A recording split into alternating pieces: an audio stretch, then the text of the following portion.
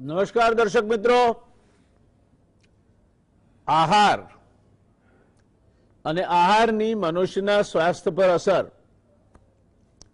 એક કહેવત છે. કહેવત એવું કે છે કે it is not what you earn, what you save makes you rich.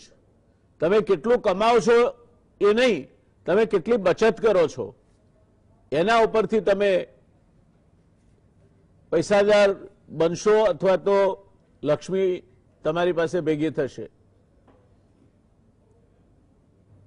એ જ રીતે ખોરાક માટે એવું કહેવાયું છે કે it is not what you eat, what you digest makes you healthy.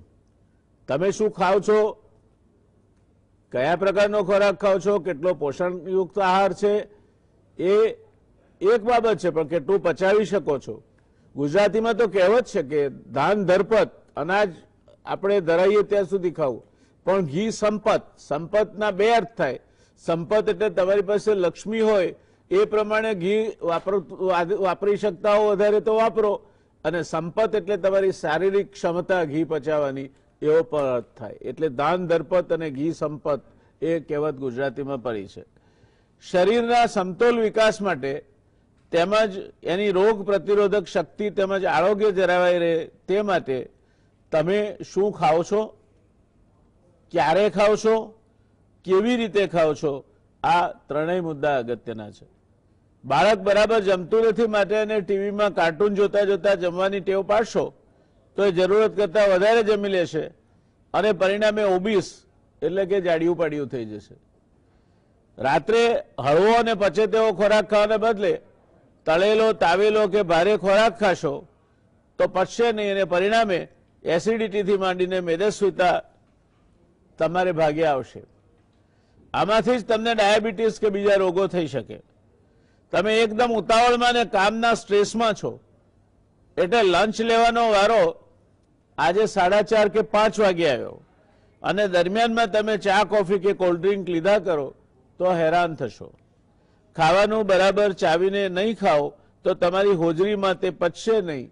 એટલે જ કહ્યું છે કે ખોરાક પીવો અને પાણી ચાવો. અગાઉની સંસ્કૃતિમાં ઘરે મહેમાનને પાણી આપતા સાથે ગોળની કાંકરી અપાતી. કહેવાતું ખાલી પેટે પાણી પેટમાં વાગે અને ઊભા ઊભા પાણી નહીં પીવું એવી વડીલોની સલાહ રહેતી હતી. એ પણ એમનો કહેવાનો અર્થ હતો કે તમારા પેટમાં પછડાય, પાણી પીવું હોય તો બેસીને નાના ઘૂંટડે પાણી પીવો. એટલે તળપદી ગુજરાતી ભાષામાં મારી માં ઘણી વખત કહેતી હતી કે ઘટાક ઘટાક ઘટાક એમ ના પાણી પીવાય, પાણી ધીરે ધીરે પીવો, એટલે પાણી ચાવીને પીવો. આયુર્વેદમાં કેટલીક વસ્તુઓ નિષિદ્ધ છે અને કેટલીક હિતકારક ગણી છે.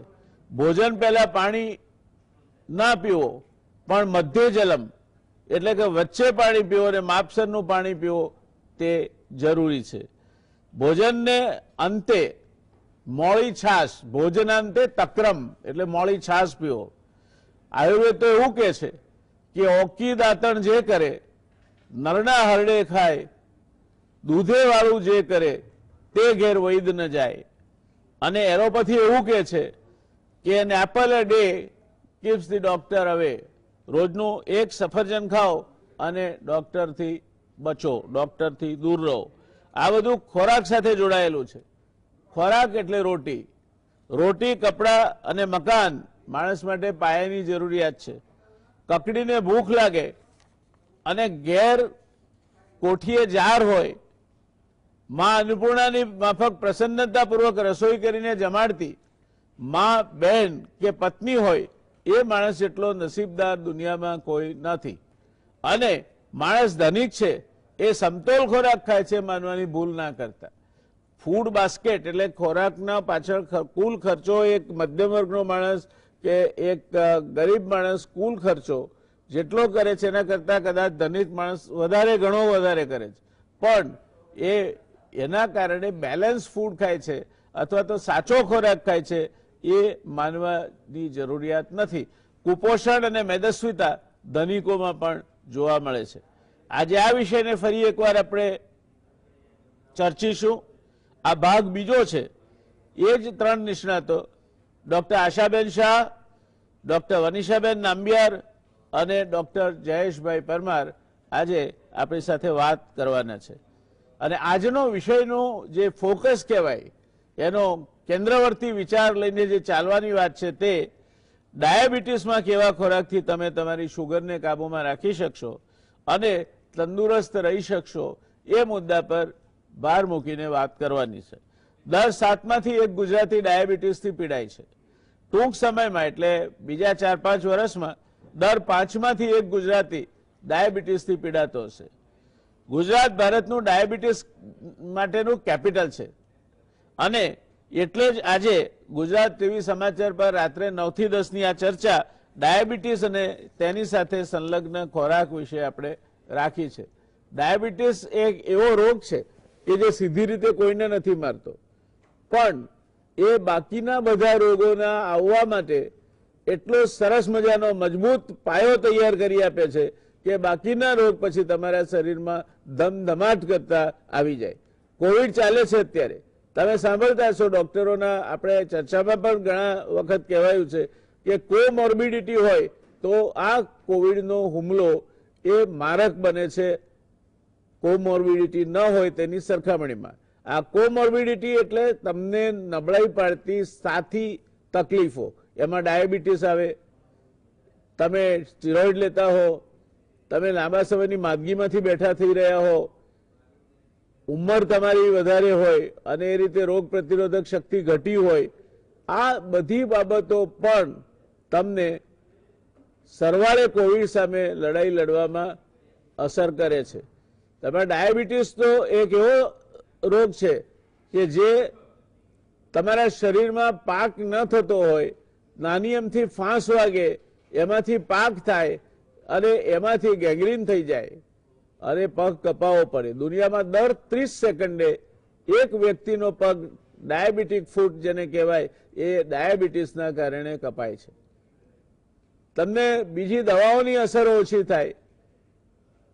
એન્ટીબાયોટિક તમને ડોક્ટર આપતા હોય તો એમને 2 વાર વિચાર કરવો પડે કે આ ડાયાબિટીસના પેશન્ટ છે એટલે ડોઝ કેટલો નક્કી કરવો. એના કારણે તમને સ્ટ્રોક આવવાની એટલે પક્ષાઘાતનો હુમલો આવવાની શક્યતાઓ વધી જાય. બીજી અનેક શક્યતાઓનો જનક ડાયાબિટીસ છે જે તમારી કિડની, લીવર અને હૃદય પર પણ અસર કરે છે. આવા ડાયાબિટીસથી કેમ બચવું અને એના માટે શું કરવું એ મુદ્દો આજે ખોરાકને લક્ષ્યમાં રાખીને આપણે ચર્ચા કરવાના છીએ અને એની શરૂઆત કરીશું આપણે.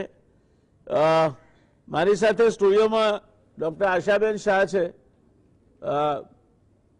મેડિસિનના એ વડા રહી ચૂક્યા છે સિવિલ હોસ્પિટલ જેવી મોટી હોસ્પિટલમાં, અત્યારે પણ પ્રોફેસર તરીકે ભણાવે છે એક બીજી મેડિકલ કોલેજમાં. આશાબેન પોતે એક ખૂબ સક્ષમ ફિઝિશિયન છે, અનેક પ્રકારના દર્દો એમણે જોયા છે, એમાં ડાયાબિટીસ પણ આવી જાય. એટલે આશાબેન, પ્રશ્ન મારો એ છે કે આ ખોરાકને ડાયાબિટીસ સાથે જોડીએ. પહેલા તો એક તકલીફ એ થાય છે દર્શક મિત્રો કે ડાયાબિટીસ પકડાય ને એટલે માણસ જાણે હિરોશીમા કે નાગાસાકી ઉપર જે બોમ્બ પડ્યો હોય ને, મને હવે ડાયાબિટીસ આવી ગયો છે, હાયકારો ખાઈ જાય, હવે શું થશે? એટલે એ હાયકારામાંથી એનું ટેન્શન વધે અને બાકીની બધી તકલીફો પણ વધે. પણ એનો સાચો રસ્તો સક્ષમ ડોક્ટર કે વૈદ્ય પાસે જવાનો છે અને એમની સલાહ પ્રમાણે તમારે ટ્રીટમેન્ટ કરવાની. યાદ રાખો, દર 4 ગુજરાતીમાંથી 1ને ડાયાબિટીસ હશે. હવે એ બધાને તકલીફ નથી થતી, તમને જ થશે એવું માનીને શું કરવા ચાલો છો? કાળજી લો, કાળજી ચોક્કસ લેવી જોઈએ. ડાયાબિટીસને ખૂબ જ ગંભીરતાથી લેવો જોઈએ, પણ એનાથી ગભરાવાથી એ પ્રશ્નનો ઉકેલ નથી. ડર કે આગે જીત है. તમે જો ડર ગયા સો મર ગયા. એટલે ડાયાબિટીસ તમારા ઉપર હાવી થઈ જાય એવું ના કરશો. ડાયાબિટીસ સાથે પણ ઘણા લોકો લાંબુ જીવે છે અને ડાયાબિટીસ હોવાનો બીજો એક ફાયદો એ છે કે તમે નિયમિત મેડિકલ ચેકઅપ કરાવશો, દવાઓ લેશો, તમે કસરત કરશો, શુગર કાબૂમાં રાખશો તો તમે પ્રમાણમાં લાંબુ જીવશો. એટલે એને હકારાત્મક રીતે વિચારો, ડાયાબિટીસને નકારાત્મક રીતે ના વિચારો. એ રોગની ગંભીરતા ચોક્કસ સમજો, પણ એ રોગ ઉપર તમે કાબુ રાખી શકો છો અને એ કાબુ રાખવાનો એક રસ્તો તમારો આહાર છે. આશાબેન, આ ડાયાબિટીસના દર્દી આહારની બાબતમાં શું કરવું અને શું નહીં કરવું? હા, આપની વાત બિલકુલ સાચી છે સાહેબ, કારણ કે અત્યારે વિશ્વમાં ભારત ઓલમોસ્ટ ડાયાબિટીસ કેપિટલ જેવું ગણાય. ચાઇના પછી સેકન્ડ નંબર છે અને 77 મિલિયન એટલે કે 770 લાખ લોકોને ડાયાબિટીસ છે. અને હવે તો આપે કીધું એ પ્રમાણે દર 6 ભારતીયમાંથી એકને ડાયાબિટીસ હોય એ સ્થિતિમાં તો પહોંચી જ ગયા છે. હવે આપે બહુ સારી વાત કીધી કે ઘણા બહુ ગભરાઈ જાય છે, પણ ડૉક્ટર તરીકે મેં એ પણ જોયું છે કે આપણે જ્યારે નિદાન કરીએ અને કહીએ કે તમને ડાયાબિટીસ આવે છે તો ઘણા એવું પણ વિચારે છે કે પણ મને તો કંઈ થતું જ નથી, મને કોઈ તકલીફ જ નથી, એટલે મને ડાયાબિટીસ હોય જ નહીં એમ. એટલે ઘણા એને લાઇટલી પણ લેતા હોય છે. એટલે આ બંને એક્સ્ટ્રીમ છે, જે છે ડિઝીઝ એ છે અને ટ્રીટેબલ છે. અને એ પણ વસ્તુ સાચી છે આપની કે એ શરીરમાં બધા અવયવો પર અસર કરી શકે જો કાબૂમાં ના હોય તો. એટલે આપણે એને વેળાસર ટ્રીટમેન્ટ ચાલુ કરવી બહુ જ જરૂરી છે. અને આહાર, અમારા જે બધા મોટા ગાઈડલાઇન્સ છે એ પછી અમેરિકન ડાયાબિટીસ એસોસિએશનની ગાઈડલાઇન હોય કે ઇન્ટરનેશનલ ડાયાબિટીસ ફેડરેશન હોય કે આપણું ઇન્ડિયાનું research society of diabetes study group એની ગાઈડલાઇન હોય કે પછી ICMRની હોય, કોઈ પણ તમે ગાઈડલાઇન જુઓ તો ટ્રીટમેન્ટની શરૂઆત જ પહેલી ડાયટથી થાય છે. એટલે ડાયટ પણ કહેવાય અને એને બીજી ભાષામાં અમે medical nutritional therapy for diabetes એવી રીતે કહીએ છીએ. કારણ કે તમે ગમે તેટલી ગોળી લો કે ઇન્સ્યુલિન લો કે કંઈ બી, એ તો પછીની વાત આવે, પણ સૌથી પહેલાં આપણે ડાયટ કંટ્રોલ અને એમાં જે પણ પ્રમાણે ચેન્જીસ, આ લાઇફસ્ટાઇલ ડિઝીઝ છે એટલે તમારે લાઇફસ્ટાઇલ તો બદલવી જ પડે. અને આપને એ જાણીને નવાઈ લાગશે કે દુનિયાના જે 10 સૌથી અગત્યના જે ડેથ થાય છે એવામાં 4 ડિઝીઝ એવા છે જેમાં એક ડાયાબિટીસ આવે છે. ડાયાબિટીસ, હાર્ટ ડિઝીઝ, સ્ટ્રોક અને અમુક જાતના કેન્સર. આ 4 સીધા ડાયટને રિલેટેડ છે. એટલે આપ જાણી શકો કે ડાયટનું અથવા ખોરાકનું બહુ જ અગત્યતા છે આમાં. હવે આપણે શરૂઆતથી વાત કરીએ તો જે ઘટકો આપણે જે લેવાના હોય છે ડાયાબિટીસમાં તે નોર્મલ જે પોપ્યુલેશનમાં હોય છે એ જ પ્રકારે હોય છે. જેમ કે આપણે સૌથી પહેલાં કાર્બોહાઈડ્રેટની વાત કરીએ તો કાર્બોહાઈડ્રેટ 3 પ્રકારના હોય છે. એક તો સિમ્પલ કાર્બોહાઈડ્રેટ જેમાં ફ્રુક્ટોઝ, ગ્લુકોઝ અને ગેલેક્ટોઝ હોય, એટલે પેલી સાદી ખાંડ કે ફ્રૂટ જ્યુસ કે શુગરી ડ્રિંક્સ એ બધા. જો એ બધા તમે લો તો એમાં ન્યુટ્રિટિવ વેલ્યુ કંઈ નથી અને કેલરી જ ખાલી વધારે મળે. એટલે એવા પણ અમુક વસ્તુઓ છે આપણી પાસે કે જેને એમ્પ્ટી કેલરી એટલે ખાલી કેલરીઝ, નો ન્યુટ્રિશન, એની કોઈ ન્યુટ્રિશન વેલ્યુ નથી પણ ફક્ત કેલરી મળે છે. એમાં આ સોફ્ટ ડ્રિંક્સ આવે, ચિપ્સ આવે, પીઝા આવે, કેક આવે, આઈસ્ક્રીમ આવે. એટલે આપણને આ બધા પદાર્થોથી કંઈ એમાં ન્યુટ્રિશન નથી મળતું. તો હું એમ પણ ના કહી શકું, આ બધી બચ્ચાઓને પણ ભાવતી વસ્તુ છે, મોટાઓને પણ ભાવતી વસ્તુ છે, પણ આ બધું તો પહેલેથી જ લિમિટેશનમાં કરવું પડે કારણ કે બધામાં શુગર પણ આવે, બધામાં રિફાઇન્ડ કાર્બોહાઈડ્રેટ આવે. એટલે ત્યાંથી હું વાત ચાલુ મેં કરી. એટલે કાર્બોહાઈડ્રેટ તમે નોર્મલ પ્રમાણમાં લો પણ એમાં કોમ્પ્લિકેટેડ જે કાર્બોહાઈડ્રેટ હોય એવા લેવાના.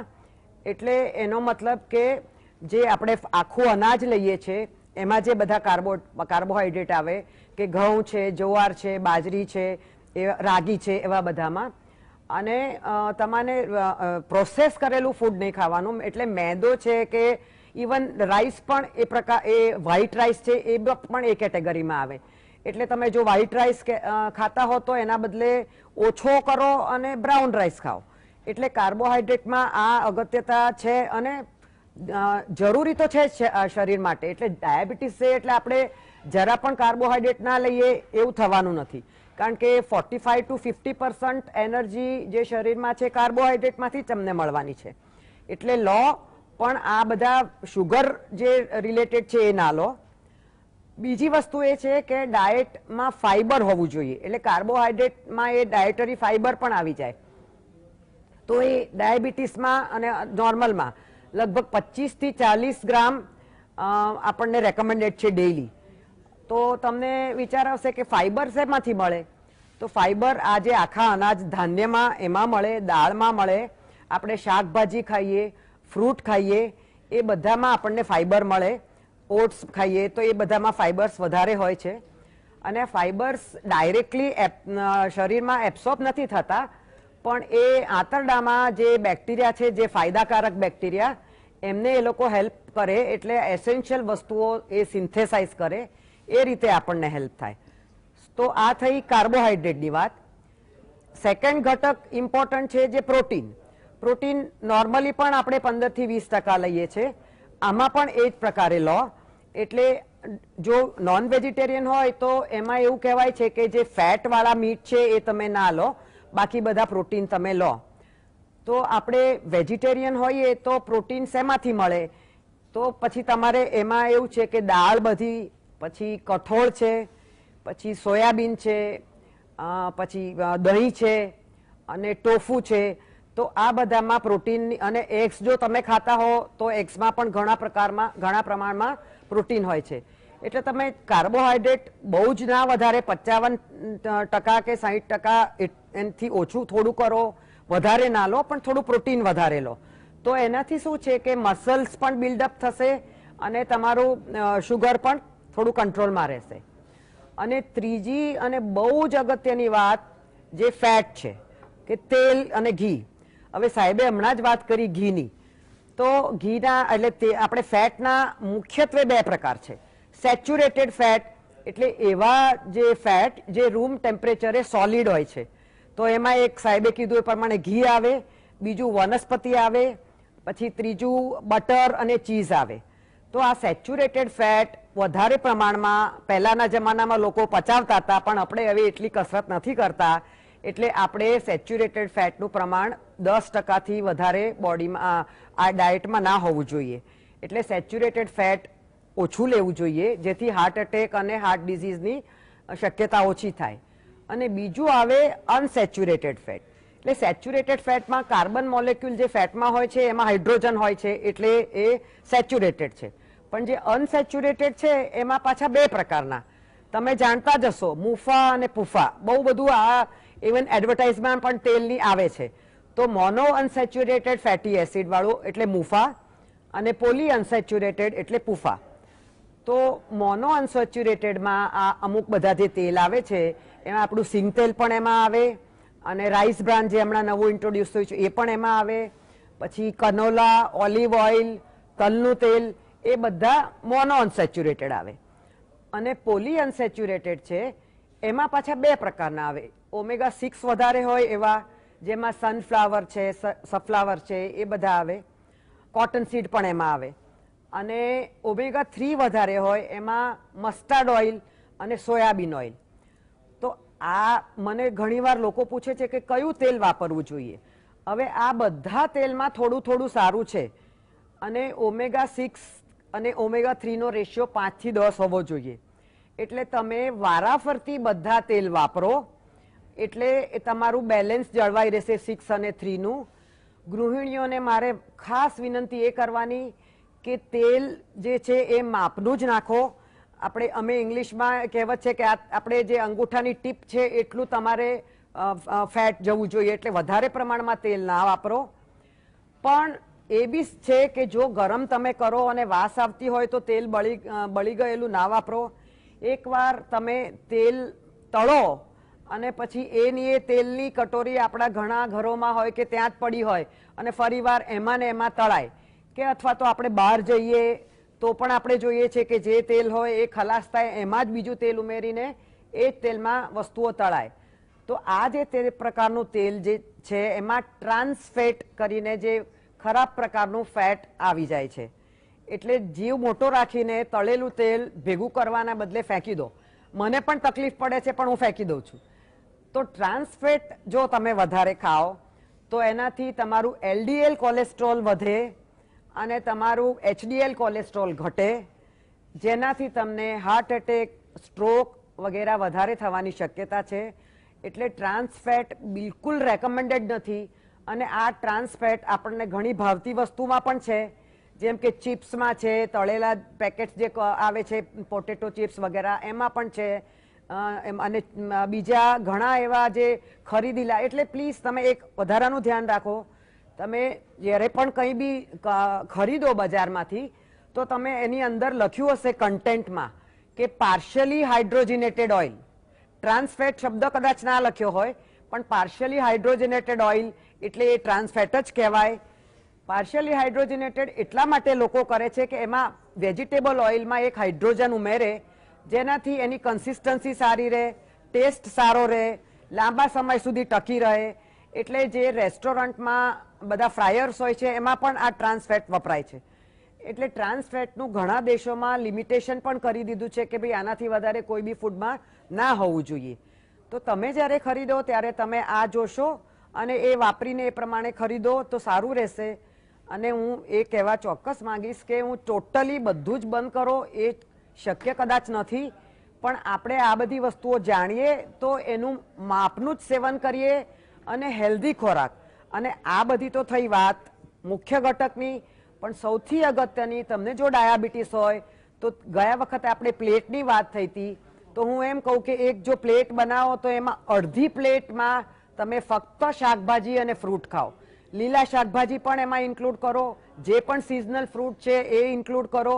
બાકીની અડધી પ્લેટમાં તમે પ્રોટીન અને કાર્બોહાઈડ્રેટ ખાઓ, અને ફેટ તો એનીમાંથી ઓટોમેટિકલી આવશે. જોડે જોડે ડેરી પ્રોડક્ટ્સ એટલે મિલ્ક, એટલે આખા ફેટનું મિલ્કને બદલે સ્કીમ મિલ્ક લો, કારણ કે મિલ્ક પણ જરૂરી છે કેલ્શિયમ અને વિટામિન ડી માટે. અને પાણી 4 થી 6 ગ્લાસ દિવસમાં. તો આટલી બેઝિક રિક્વાયરમેન્ટ છે ડાયાબિટીસની. પણ સાહેબ એ એક અગત્યની વસ્તુ જો હું ફરી ચાન્સ મળે તો કહેવા એ માંગીશ કે ડાયાબિટીસના બધા પેશન્ટોને આપણે એક સાઇઝ ફિટ્સ ઓલ એવું પણ નથી. કારણ કે જો બેઠાડું જીવન જીવતા હોય તો એની કેલરીની માત્રા અલગ રિક્વાયર્ડ છે, જે એક્સરસાઇઝ કરતા હોય એની અલગ છે, સ્કૂલમાં જતા છોકરાઓ જેને ગ્રોથ જોઈએ છે એની અલગ છે, પ્રેગ્નન્સીમાં અલગ છે, મોટી ઉંમરમાં અલગ છે. એટલે સૌથી પહેલાં તો આપણે આ ન્યુટ્રિશનનું એસેસમેન્ટ કરવું પડે. જોડે બ્લડ પ્રેશર હોય તો પાછું એનું અલગ થઈ જાય, કારણ કે તમે મીઠું પણ તમારે ઓછું ખાવું પડે. જો કિડનીની તકલીફ હોય તો પાછું પ્રોટીન ઓછું ખાઓ. એટલે આ એટલા બધા કોમ્પ્લિકેટેડ આમાં એ છે કે તમારે કોઈ ફિઝિશિયન પાસે જાઓ.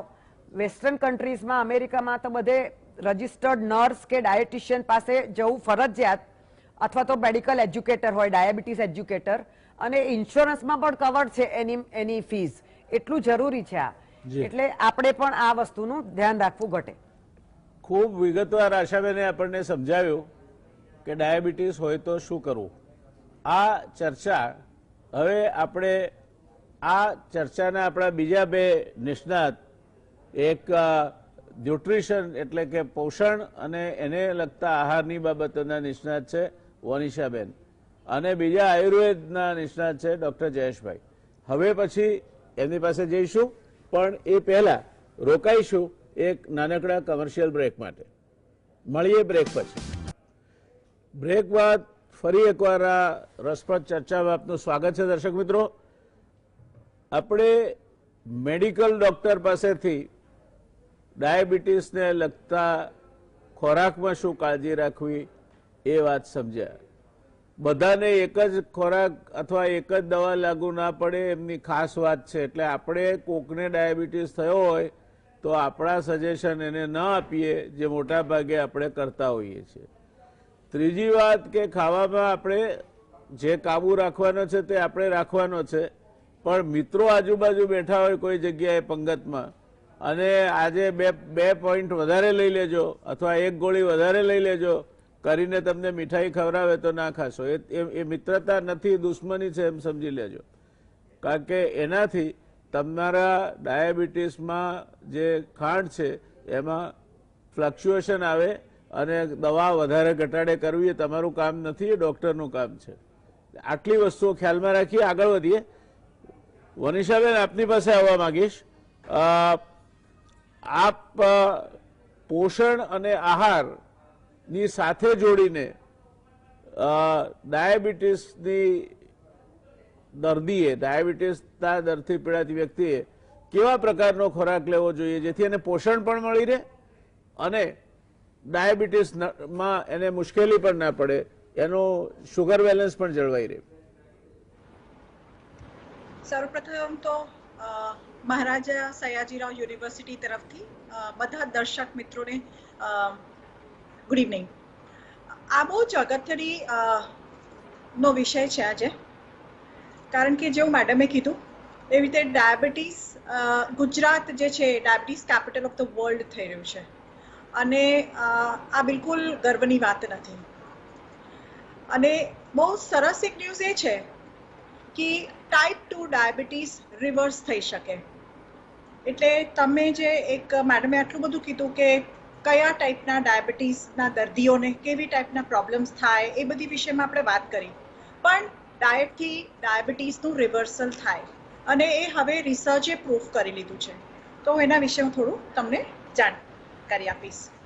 બે ટાઈપના ડાયાબિટીસ હોય, એક ટાઈપ 1 અને બીજું ટાઈપ 2. જે ટાઈપ 1 ડાયાબિટીસ હોય એમાં તો તમારા પેનક્રિયાસની અંદરમાં જે ઇન્સ્યુલિન પ્રોડ્યુસિંગ સેલ્સ હોય એ ડિસ્ટ્રોય થઈ ગયા હોય. એટલે આઈધર બાય ઇમ્યુન સિસ્ટમ કે કોઈ વાયરસના કારણે તમારું એ જે ઇન્સ્યુલિન પ્રોડ્યુસિંગ સેલ્સ છે એ ડિસ્ટ્રોય થઈ ગયા. અને જે બીજી વસ્તુ છે, એટલે એના માટે તો તમારે આખી જિંદગી ઇન્સ્યુલિન લેવું પડે. પણ એના માટે ડાયટ કઈ રીતે લેવો?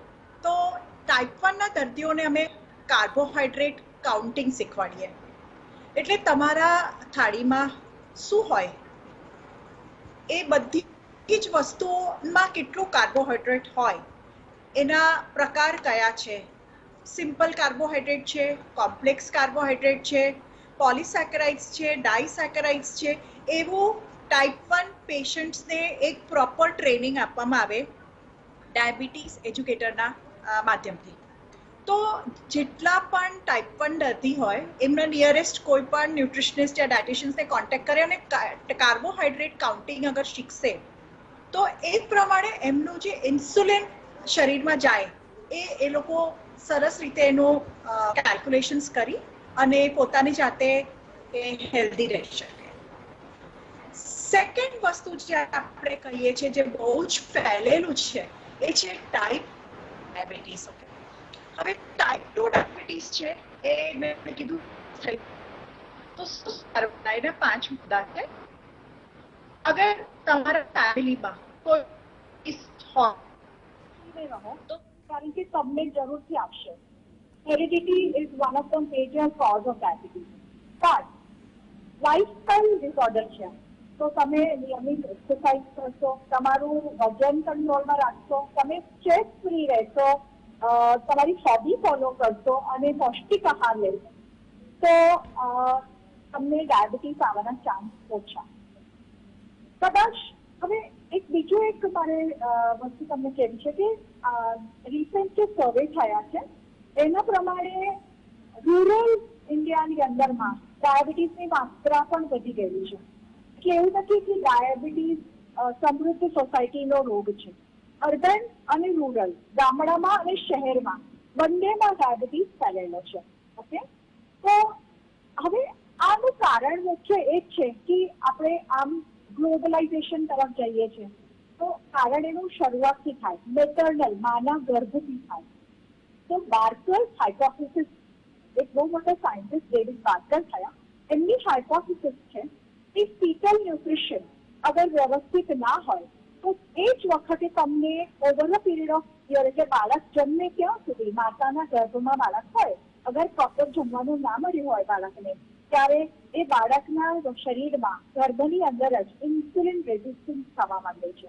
તો એ બાળક બોર્ન થાય અને એ 20-30 વર્ષનો થાય તો એને ચોક્કસ ડાયાબિટીસ થશે. એટલે એ ગવર્મેન્ટે પોષણ અભિયાનની બહુ જ મોટી પાયે જન આંદોલન શરૂ કર્યું છે એના માટે. પ્લસ જે એક બીજું આયુષ્યમાન ભારત કરીને કાર્યક્રમ છે એમાં પણ ટેસ્ટિંગની બહુ મોટી મહત્વતા છે. તો ફીટલ ન્યુટ્રિશનથી ડાયાબિટીસનું કંટ્રોલ આપણે શરૂ કર્યું. બીજી વસ્તુ કે આખા લાઈફ સાયકલ દરમિયાન, એટલે બાળક જન્મ્યું, ફીટલ ન્યુટ્રિશનના બારામાં મેં તમને કીધું, પ્રેગ્નન્સી વાળામાં મેં તમને કીધું, આપણે ફૂલ ચિલ્ડ્રનના અંદરમાં પણ ઇન્સ્યુલિન રેઝિસ્ટન્સ આપણને જોવા મળે છે. પ્લસ જ્યારે તમે એડોલેસન્ટમાં હોય, જ્યારે તમે ગમે તે ખાઈએ, વડાપાઉં સવારે, સાંજે દાળ વડા, પછી રાત્રે પણ પાઉંભાજી, આ તમારી રેગ્યુલર ડાયટ છે ગુજરાતની અંદરમાં. નાસ્તો નથી કરતા, 35% લોકો નાસ્તો નથી કરતા. જે ગુજરાતની અંદર નાસ્તો છે ફાફડા જલેબી એ નાસ્તો ના કહેવાય. એટલે it like a cake. The breakfast has to be like a cake. Okay, lunch થોડુંક હળવું હલકું ફૂલકું અને ડિનર બિલકુલ હલકું. તો પ્રોપર બ્રેકફાસ્ટ જે લોકો ખાય છે, જે એક્સરસાઇઝ કરે છે, એનું ડેફિનેટલી પ્રેવલન્સ ઓફ ડાયાબિટીસ ઓછું થાય છે.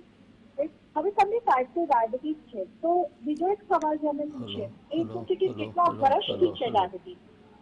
હેલો,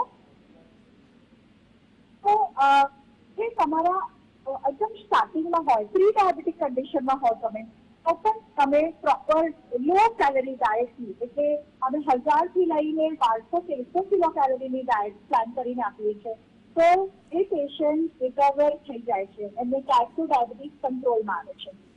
સાથે સાથે ફિઝિકલ એક્ટિવિટી. તો તમે શું ખાશો જેનાથી તમારું લો કેલરી પણ થાય અને તમારી હેલ્ધી પણ રહો, તમારી સ્કિનમાં આમ લોચા ના પડે, વાળ તમારા વ્યવસ્થિત રહે, સાથે તમારા બીજા બધા પ્રોબ્લેમ્સ પણ દૂર થાય. તો ફ્રૂટ્સ જે છે એમાં શુગર બહુ હોય, તો બહુ બધા ફ્રૂટ્સ તો તમે ના ખાઈ શકો. તો શું ખાશો? રેશાવાળા પદાર્થ. રેશાવાળા પદાર્થ એટલે શાકભાજી. તો એ ગુજરાતની અંદર અત્યારે વિન્ટર છે. આમળા જે છે પ્લસ સરગવો. ઘણા બધા આખા ગુજરાતની અંદર બહુ જ બધો સરગવો થાય. સરગવાના પાનનો પ્રયોગ, આમળાનો પ્રયોગ, બહુ બધા બીજા ફૂડ છે જે તે બીલીપત્ર છે, જે શંકર ભગવાનને ચડાવવામાં આવે છે. અમારી પોતાની જ રિસર્ચ પ્રૂફ કરી છે. તો બીલીપત્રનો જ્યુસ, એવી રીતે જે તમારા આજુબાજુ ગામડામાં મળે, એના માટે બહુ બધા પૈસા ખર્ચવાની જરૂર નથી. એ બધી વસ્તુઓ, કોઈ પણ લીલી શાકભાજી, બીટરૂટના પાન હોય, ગાજરના પાન હોય, કોલીફ્લાવર લીફ એટલે ફૂલગોબીના પાન હોય, એ બધા જ પાનની અંદરમાં ખૂબ જ પ્રમાણમાં એન્ટીઓક્સિડન્ટ હોય છે. જે પણ ડાયાબિટીસના પેશન્ટ હોય એ લોકોનો ઓક્સિડેટિવ સ્ટ્રેસ ખૂબ વધેલો હોય છે. તો એ ઓક્સિડેટિવ સ્ટ્રેસને ઓછું કરવા માટે ફાઇટોન્યુટ્રિયન્ટ્સ અને એન્ટીઓક્સિડન્ટ જે સિમ્પલ ગ્રીન લીફી વેજીટેબલ્સમાં મળે, તમારે લીલી ચા ખરીદવાની જરૂર નથી. રોજ કાંદરજાની ભાજી છે, મેથીની ભાજી, મોળાની ભાજી, લોણીની ભાજી, જે પણ ભાજી તમને મળે, તમારા ગામમાં જે પણ શાક ઉગાડો, ઇવન મિઝોરમ નોર્થ ઇસ્ટ એરિયામાં તો હરેક મટરમાં જે પાન હોય એ પણ ખાવામાં આવે છે. તો જે પણ વસ્તુ હોય એના પાન તમે ખાઈ શકો, કારેલાના પાન ખાઈ શકો, હરેક વસ્તુના પાન. પણ એવરી ડે તમારે 300 થી 400 ગ્રામ પાન ખાવા જરૂરી છે. એટલે કોઈ પણ લીલી શાકભાજી ખાવી જરૂરી છે જો તમારા એવા મળે તો. અને ઓટોમેટિકલી તમે એનું સૂપ બનાવો, સેલેડ્સમાં નાખો, તો એ તમારી અડધી થાળી એનાથી ભરાઈ જશે.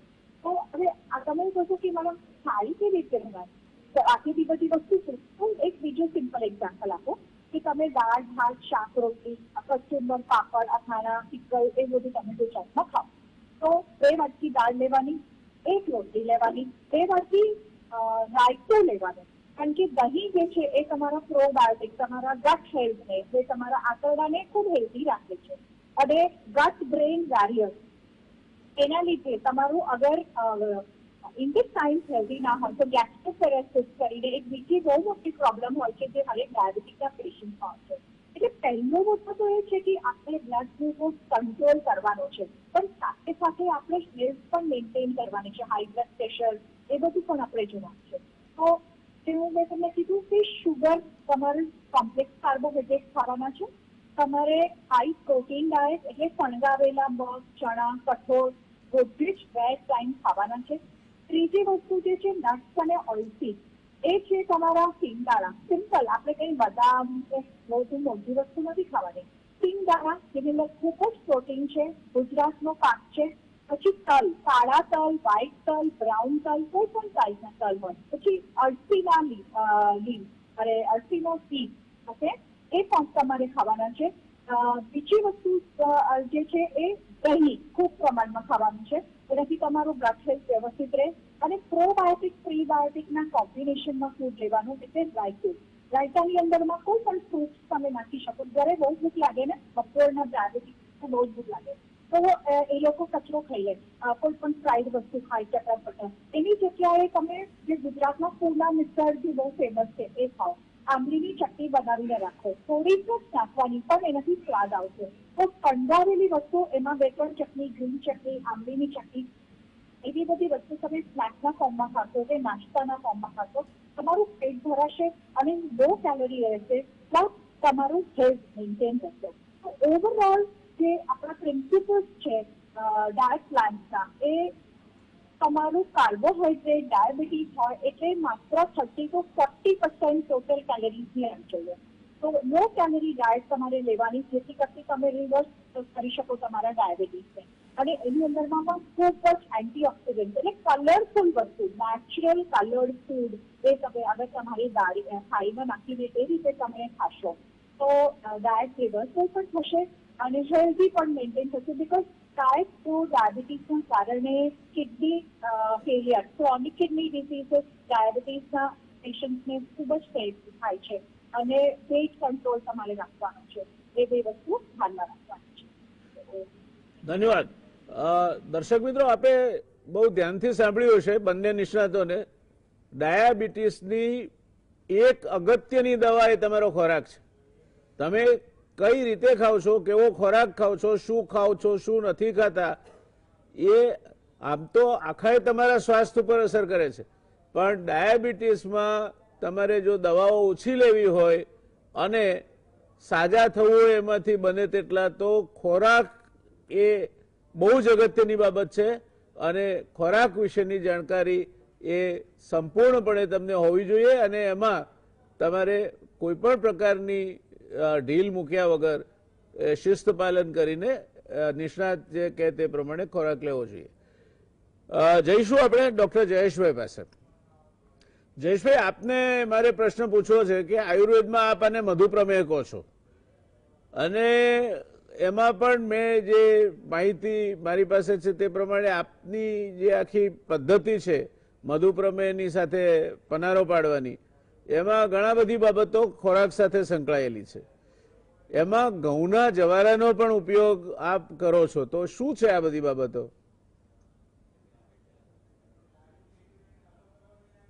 પહેલા આપણે આ ડાયાબિટીસની જે વાત છે એમાં જે વાત કરી વનિષાબેને અને આશાબેને ઘણું બધું ખોરાક ફૂડ વિશે આપણને કીધું, પણ જ્યારે આયુર્વેદને લાગે વળગે છે ત્યારે આયુર્વેદ એમ કે છે કે નિદાનમ પરિવર્જનમ.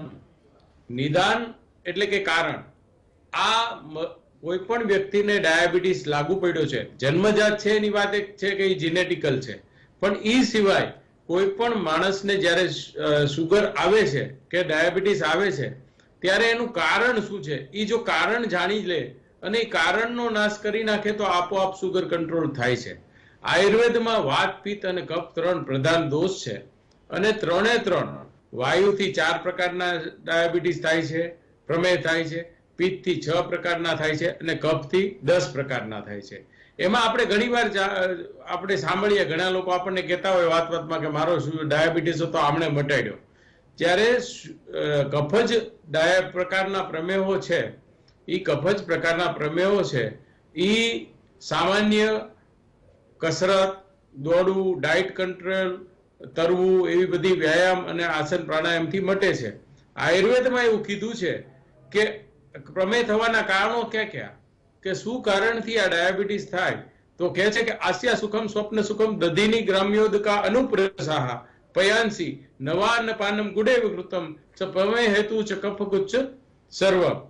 આસ્યા સુખમ એટલે કે બેઠાડું જીવન, સ્વપ્ન સુખમ એટલે કે જે માણસ વધુ પડતી નિંદ્રા લે, દધીની એટલે દહીંનો ખોરાક વધુ પડતો લે, ગ્રામ્ય ઉદક અને અનુપ્રસ માંસનું, ઘણા લોકો નોનવેજ જે ખાતા હોય છે, પયાંસી દૂધ એટલે કે દૂધ અને દૂધની બનાવટો, નવા અન્નપાનમ નવા જે આપણે તાજા લીધા હોય ખેતીવાડીમાંથી એ નવા અન્નપાનમ એનો વધારે પ્રમાણમાં સેવન કરે, ગુડે ગોળની બનાવટો, સાકરની બનાવટો વધુ પ્રમાણમાં લે, પ્રમેય હેતુ ચ કફગુચ્છ સર્વમ એટલે કે કફ કારક તમામ જે તત્વો છે એ ડાયાબિટીસનું કારણ છે.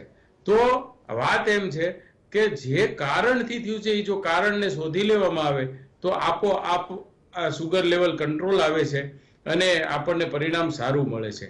મધુમેહ છે એ વાત જ પ્રમેહોમાં એનું સ્થાન છે અને એ એક જ પ્રકારનું છે. આયુર્વેદ ડાયાબિટીસને પ્રમેહ તરીકે લઈએ તો બહુ જ મોટું ગહન વિષય છે અને એટલું બધું એમાં પહેલાના જમાનામાં તો કઈ ટેસ્ટ નહોતા, તો કઈ રીતે ડાયાબિટીસ છે, તો કે પીપીલિકા ભિસરણ, જે લોકો યુરિન કરે ત્યાં કીડીઓનું ઉભરાવું એને કહેતા કે ભાઈ આને મીઠી પેશાબનો રોગ છે.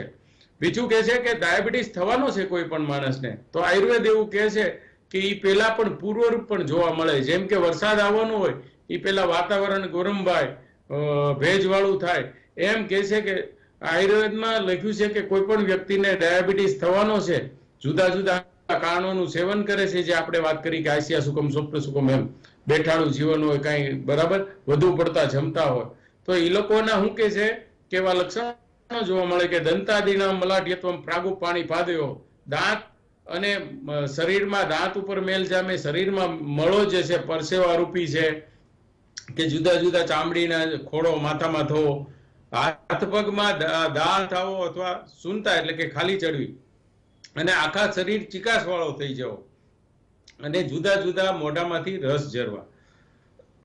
આવું આપણને એનું પૂર્વરૂપ પણ બતાવે છે. અને વાત તમે સાહેબ કરી કે ઘઉંના જ્વારા માટે, તો ઘઉંના જ્વારા એ કુદરતની સર્જિત નિર્દોષ વનસ્પતિ છે, અને એવી મનુષ્ય જાતને અમૂલ્ય ભેટ છે. એના ઉપર સંશોધનો પણ થઈ રહ્યા છે.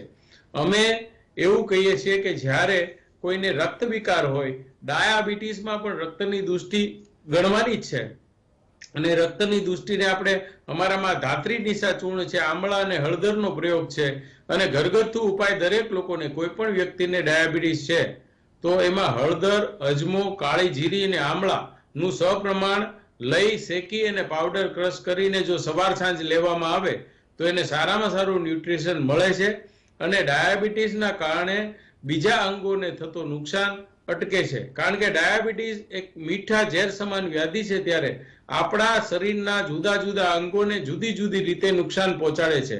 જેમ કે હૃદયને નુકસાન પહોંચાડે છે, કિડનીને નુકસાન પહોંચાડે છે, અને ઘણીવાર તો એવું થાય કે માણસ સમૂળગો સુકાવા માંડે છે. ત્યારે આ જ્વારાનો રસ છે એ મેં ઘણા બધા પેશન્ટોમાં જોયું છે કે જ્વારાના રસથી સારામાં સારો એને પરિણામ મળે છે. પણ ઘણીવાર એવું બને છે કે જ્વારાના રસની જો સિસ્ટમ સમજી લે, અમે શું કરીએ છીએ કે 7 કુંડામાં વાવવાનું કહીએ છીએ. રોજે રોજ એક કુંડામાંથી ક્રોપ કરી અને એનો રસ કાઢી અને એને પીવાનો છે. અને જો એને આમાં ઘણીવાર ઘણાને આ રસ પીવાથી ઝાડા પણ થાય છે, ઘણાને ઠંડો પણ પડે છે, તો એને એ રસ ઓછા પ્રમાણમાં પાતળો ડાયલ્યુટ કરીને પીવાનો છે. તેનાથી ફાયદો થશે. કારણ કે ઘઉંના જ્વારામાં ક્ષારો, વિટામિન્સ, કાર્બોહાઈડ્રેટ અને ચરબી બધું જ એમાંથી આપણને મળી રહે છે. અને એમાં ક્લોરોફિલ છે કે જે આપણા હિમોગ્લોબિનની અંદર હેમિન છે એની સાથે મળતું આવે છે.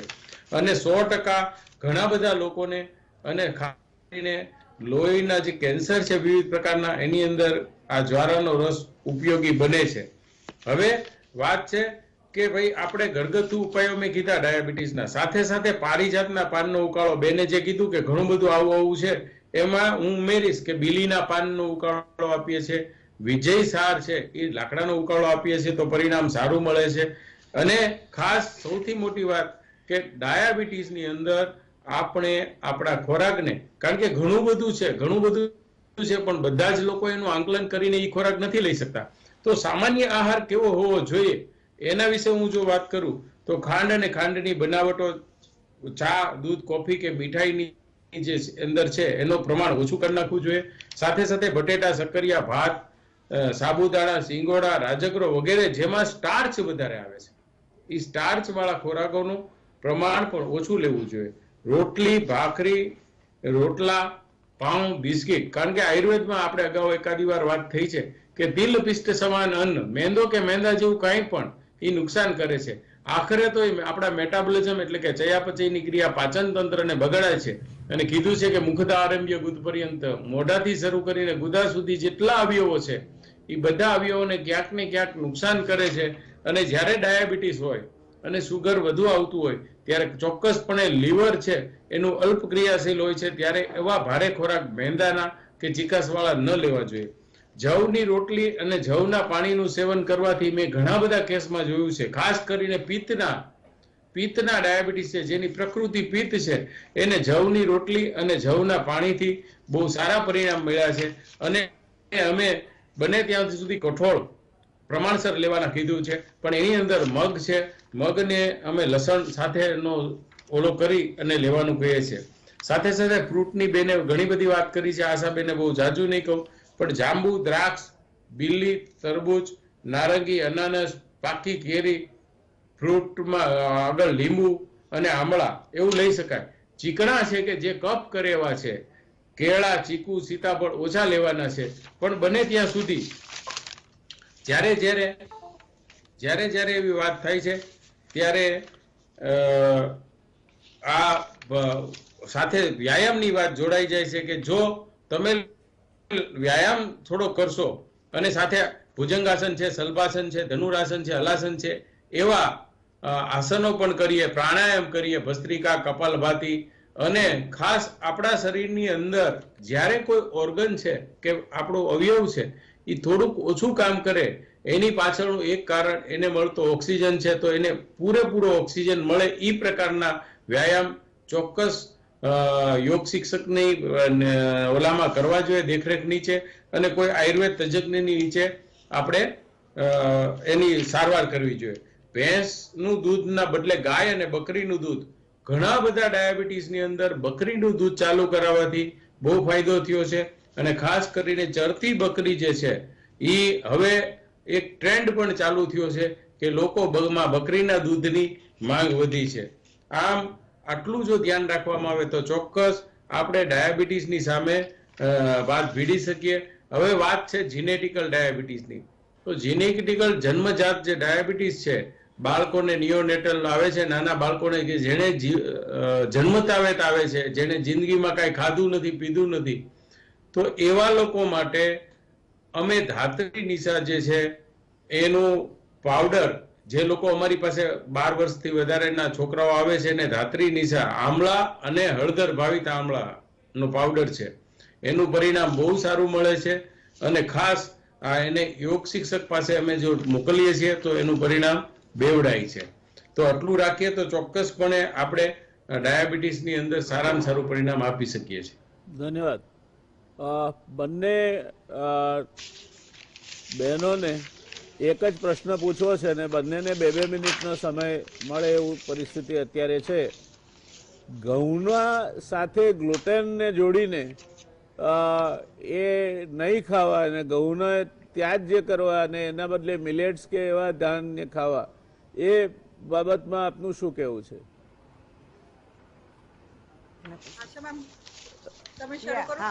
ના, એટલે એમાં અત્યારે આપની વાત સાચી છે કે ઘણા લોકો એવું કરે છે, પણ એમાં જેને એક એવી બીમારી છે કે ગ્લુટેન ઇન્ડ્યુસ્ડ એન્ટ્રોપથી, કે ગ્લુટન ખાવાથી જેને ઝાડા થઈ જાય અથવા ગ્લુટનની એલર્જી જેવું, તો એવા લોકોને આપણે ગ્લુટેન ના ખાય એ બરાબર છે. પણ ટોટલી બીજા બધા પણ, જેમ કે ગ્લુટન છોડીને ધારો કે તમે બાજરી કે જુવાર કે આવું તેવું કંઈ ખાઓ તો વાંધો નથી, પણ પછી રાઈસ તમે વધારે ખાઓ તો નેચરલી તમારો ડાયાબિટીસ વધારે જ એમાં ખરાબ થાય. અને મેં પણ જોયેલું છે આવું કે ઘણા બિલકુલ રોટલી ભાખરી છોડી દે છે અને ભાત ને શાક અને દાળ એવું જ ખાય છે. એવું કંઈ રેકમેન્ડેશન એવું કંઈ છે નહીં, પણ મેઇનલી તો કેલરી આપણે રિસ્ટ્રિક્ટ કરવાની છે અને જે કોમ્પ્લેક્સ કાર્બોહાઈડ્રેટ ખાવાના છે અને વધારે પ્રમાણમાં આપણે બહુ શુગરી નહીં એવા ફ્રૂટ અને શાકભાજી ખાવાના છે. એટલે ગ્લુટન સંપૂર્ણપણે બંધ કરવા માટેનું કોઈ એવું મેડિકલી નથી, કોઈ ઇન્ડિકેશન કે અમારા કોઈ ગાઈડલાઇનમાં એવું કંઈ લખ્યું નથી. Thank you. ઓકે, જી, સો આશા મેમ, વનિષાબેન આપનો આરો. Yes, thank you. જે આશા મેમે કીધું એનાથી આગળ હું એ કહીશ કે જે અનાજ છે આપણા ભારતના દેશની અંદરમાં, એ આપણું અનાજ છે આપણા મિલેટ્સ. એટલે વીટ આપણો અનાજ નથી, મિલેટ્સ આપણો અનાજ છે સૌથી પહેલાં. તો આપણા દેશની અંદરમાં વર્ષ જે ખાવામાં આવે છે, આપણી બાજરી, આપણા જુવાર, જે આપણા લેસર નોન મિલેટ્સ, ગઈ વખત પણ મેં તમને કીધી, કોદરી છે, એ બધા ધાન, બકવીટ, કોદરી, ઇવન નોર્થ ઇસ્ટની અંદરમાં ઘણા બધા બીજા અનાજ ખાવામાં આવે છે, એ બધાની અંદરમાં ફાઇટોન્યુટ્રિયન્ટની માત્રા વધારે છે, પ્લસ ફાઈબર કન્ટેન્ટ વધારે છે. Even rice, brown rice, black rice is better. તો એની અંદરમાં આ ફાઇટોન્યુટ્રિયન્ટ્સના કારણે જે ઓક્સિડેટિવ સ્ટ્રેસના પ્રોબ્લેમ્સ છે એ થોડા દૂર થાય છે. પ્લસ એક બીજી વસ્તુ મારે તમને કહેવી હતી એ છે ગ્લાયસેમિક ઇન્ડેક્સ. મિલેટ્સની ગ્લાયસેમિક ઇન્ડેક્સ વ્હીટ કરતાં બેટર છે. એટલે કે આપણે જ્યારે હાઈ જીઆઈ ફૂડ્સ અને લો જીઆઈ ફૂડ્સ એટલે એ પ્રમાણે ખાવાનાને આપણે રેન્કિંગ આપીએ કે જે ખાવાનું ખાવાથી શુગર લેવલ વધી જાય, તો મિલેટ્સ છે એ તમારા માટે હિતકારી છે. અને ઘણા બધા ઇવન જે નવી ગાઈડલાઇન્સ આવી છે એ ગવર્મેન્ટે 2023 યર ઓફ મિલેટ્સ પણ ડિક્લેર કર્યું છે આના માટે જ. તો ડાયાબિટીસ હોય તો તમે ઘઉં ચોખા છોડી અને તમારા કોદરી, જવાર, બાજરી પર અગર તમે જશો તો તમને પૂરતું કાર્બોહાઈડ્રેટ પણ મળશે અને તમારું રિવર્સલ પર જે આપણું એમ છે કે દવા ઓછી અને બ્લડ ગ્લુકોઝ લેવલ આપણે મેન્ટેન કરવાનું એ પણ થશે. ધન્યવાદ. દર્શક મિત્રો, તમે ચર્ચા સાંભળી હશે. કોદરી, બાજરી, બાવટો, જુવાર આ બધા આપણા અનાજો છે. ઘઉં આપણું અનાજ નથી અને એના કારણે ગ્લુટેનની અસર નિવારવી હોય તો સાવ આશાબેને કહ્યું તેમ ઘઉં છોડી ના દો, પણ તમે આપણા અનાજ પણ ખાતા થાઓ અને એ અનાજો પર જેટલા વધારે નિર્ભર રહેશો એટલી તમને વનિષાબેને કહ્યું તે પ્રમાણે શુગર તમારી જે છે તે કાબૂમાં રાખવામાં રાહત મળશે. દર્શક મિત્રો, આ વિષય ઘણો ગહન છે. જયેશભાઈએ, વનિષાબેને, આશાબેને આપણને સમજાવ્યું અને એ સમજ તમને એક જાગૃતિ લાવવા માટે પૂરતી છે. પણ આ ચર્ચા ઉપરથી તમે જાતે તમારી કોઈ નિર્ણયો ન લેતા સક્ષમ ડાયટિશિયન અથવા તો તમારા જે ફિઝિશિયન હોય અથવા વૈદ્ય હોય એમને પૂછીને એમના માર્ગદર્શન નીચે તમારે જે કંઈ ડાયટિંગ કરવું હોય તે કરવું. ક્રેશ ડાયટિંગ જેને કહેવાય, એકદમ હું મંડી પડું ને વજન ઘટાડી નાખું, વર્જ છે, ક્યારેય નહીં કરવું. એટલે આ ચર્ચાને માત્ર તમારામાં જાગૃતિ લાવવાના હેતુ સાધુ કરવામાં આવેલી ચર્ચા સમજવી. ડાયાબિટીસ એ અત્યંત ગહન વિષય છે અને એના માટેની કોઈ પણ નિર્ણય, કોઈ પણ બાબત, કોઈ પણ એના માટે દવા અથવા ખોરાક એ તમારે સક્ષમ તમારા ડાક્ટર, ફિઝિશિયન કે વૈદ્યને પૂછીને જ કરવો. સૂંઠના ગાંગડે ગાંધી થવાનો પ્રયત્ન કરવો નહીં. એ વાત સાથે આપણે આજની ચર્ચા ખૂબ જ રસપ્રદ રહી. ત્રણેય નિષ્ણાતો, બેન આશાબેન, વનિષાબેન અને ડૉક્ટર જયેશભાઈ, ત્રણેયનો આપણને આ મુદ્દા પર ખૂબ રસપ્રદ માહિતી પૂરી પાડવા માટે તહે દિલથી આભાર. મળીશું આવતીકાલે એક નવા વિષય સાથે, નવી પેનલ સાથે. જોતા રહો ગુજરાત સમાચાર ટેલિવિઝન. શુભરાત્રી, શબ્બા ખેર, ટેક કેર.